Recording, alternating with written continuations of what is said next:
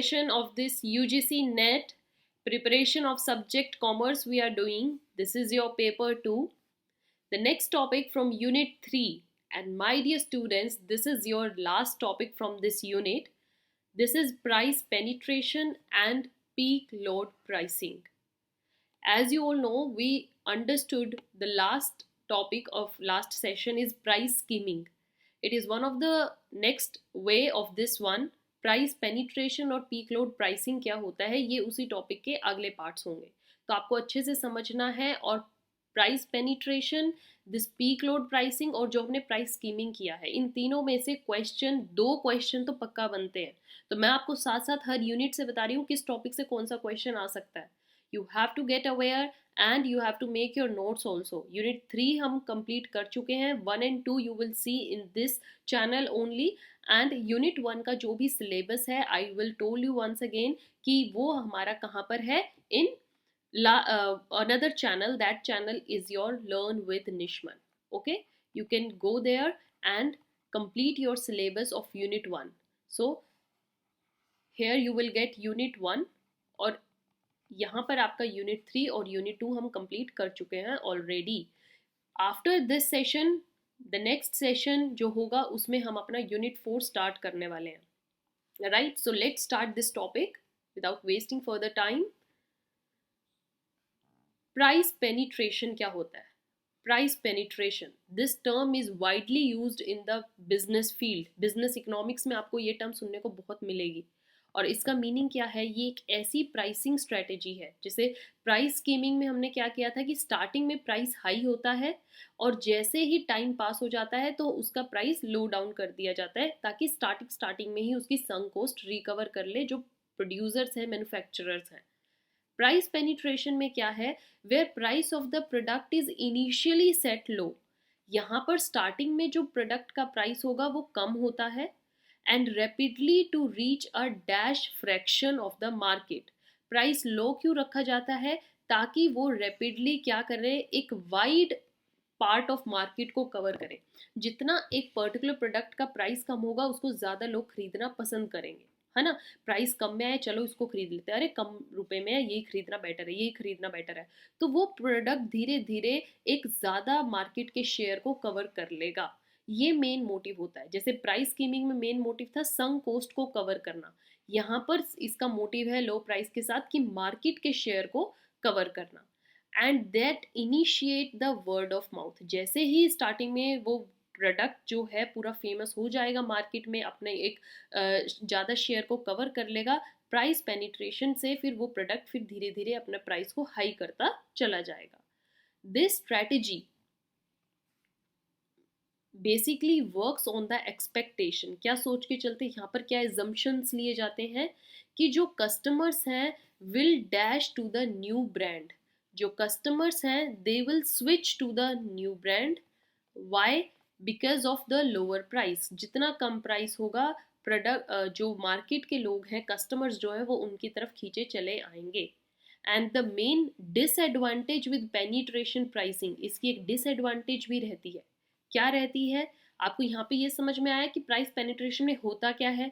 It's just opposite to the price skimming. वहाँ पर price पहले हाई होता है फिर लो हो जाता है.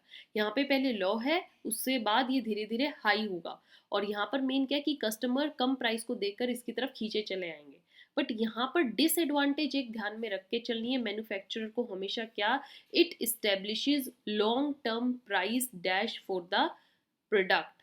जो ये प्राइस है, ये एक प्राइस एक्सपेक्टेशन जो है लोगों की लॉन्ग टाइम तक रहनी चाहिए. ठीक है, अगर आपने सपोज कि अपना प्रोडक्ट इनिशियली स्टार्ट किया है, 2-3 मंथ्स के बाद ही आपने उसी प्रोडक्ट की प्राइस जो है वो हाई कर दिया. ठीक है, आप उस पर्टिकुलर प्रोडक्ट को पहले बेच रहे थे 100 रुपये में और अब आपने उस प्रोडक्ट की रेंज कर दी 300 में, तो एकदम से लोग शिफ्ट हो जाएंगे. ठीक है ना, वो आपकी तरफ स्विच होकर आए हैं. You have to take some time and that time must be a long period time. ठीक है ना, लॉन्ग टर्म के लिए आपको एक्सपेक्टेशन लेकर चलनी है. Image pre conception for the brand आपका रहेगा, लोगों में इमेज बनी रहेगी. एंड द कंपनी, अगर आपने ज़रा सा भी जल्दी में चेंज किया, हाई प्राइस लेकर आए, तो आपको ही लॉस होगा. You have to wait for certain period of time to bring the change in the prices. Price penetration को हम क्या बोलते हैं, is also known as predatory pricing. यहाँ पर इसका नेम याद रखिएगा, predatory pricing. Fine, first part is understood, let's move to the another one, it's peak load pricing. Peak load pricing क्या होता है, ये भी another way of this price change करना ही है।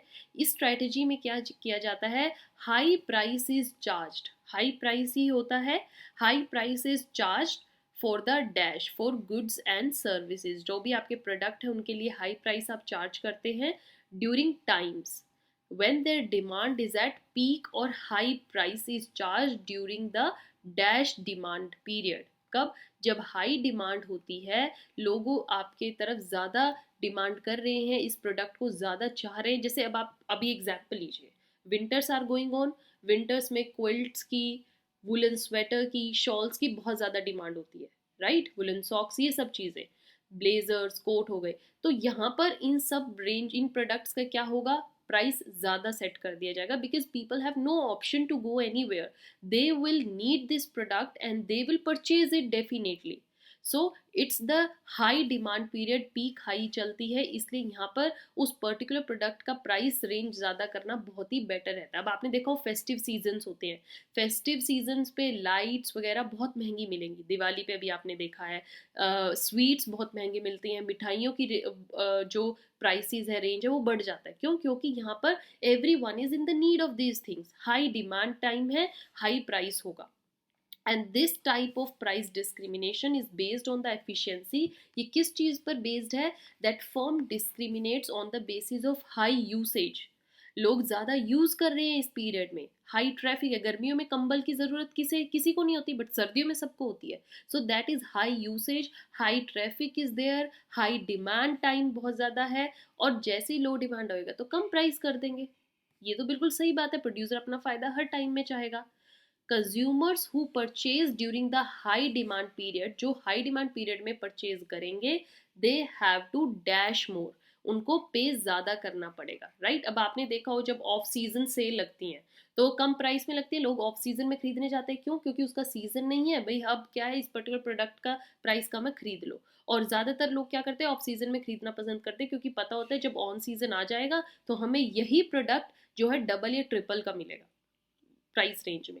देन सो इसलिए क्या बोला गया, हाई डिमांड पीरियड में लोगों को पे ज़्यादा करना पड़ता है as compare to the one who buy during the low demand periods. So this pricing, इसी को क्या बोला जाता है, ये बहुत ईजी है समझना, peak load pricing. And this pricing is widely used in non storable goods. जिन गुड्स को आप स्टोर करके नहीं रख सकते, जो आपको जल्दी ही जल्दी आपने क्या है खाली करने अपने गोडाउन से, उनको आप निकालते हो। एग्जाम्पल इलेक्ट्रिसिटी हो गया, ट्रांसपोर्ट हो गया, टेलीफोन्स हो गए, इन सब के प्राइसेस देखना ज़्यादा मिलते हैं जब इनकी ज़्यादा डिमांड होती है। That's why it is said, जो मार्जिनल कॉस्ट होती है, marginal cost is dash during peak periods. Marginal cost आपने बिल्कुल हाई पीक पर होती है ड्यूरिंग दीज पीरियड्स, और इसी चीज़ को हम क्या बोलते हैं, peak load pricing. And this peak load pricing, my dear students, is very different from third degree price discrimination. अब कहोगे आप मैम ये क्या है, the students who don't know about this third degree, they can go to my last to last session, जिसमें हमने discuss किया था first degree, second degree, third degree price discrimination topic किया था ना। प्राइस डिस्क्रिमिनेशन की वीडियो पे जाइए, प्राइस डिस्क्रिमिनेशन में डिटेल में हमने स्टडी किया प्राइस डिस्क्रिमिनेशन क्या होता है, और उसके अंदर मैंने बताया था first degree, third degree, sorry first second third degree price discrimination क्या होते हैं। ठीक है, तो यहाँ पर मैं अभी नहीं समझा रही हूँ, you have to go to that session and understand it carefully. So price penetration and peak load pricing we have covered in this session and I hope आपको ये दोनों टॉपिक बहुत अच्छे से समझ में आया है. My dear students, till unit 3 we have completed our syllabus. First unit आपका रहा था business से related, second accounting से related, third economics से related. तीनों हमने बहुत अच्छे से डिटेल में स्टडी किए हैं. And if I by mistake skipped any topic, आप मुझे कमेंट सेशन में बता दीजिए जो आपको समझना है. But otherwise I am taking your syllabus topic wise and making it sure कि आपका कोई भी टॉपिक रह ना जाए और सारा सिलेबस अच्छे से कवर हो. With next session, I am going to start it with Unit 4. Till then, stay tuned and don't forget to subscribe this channel to get more informative videos. Thank you.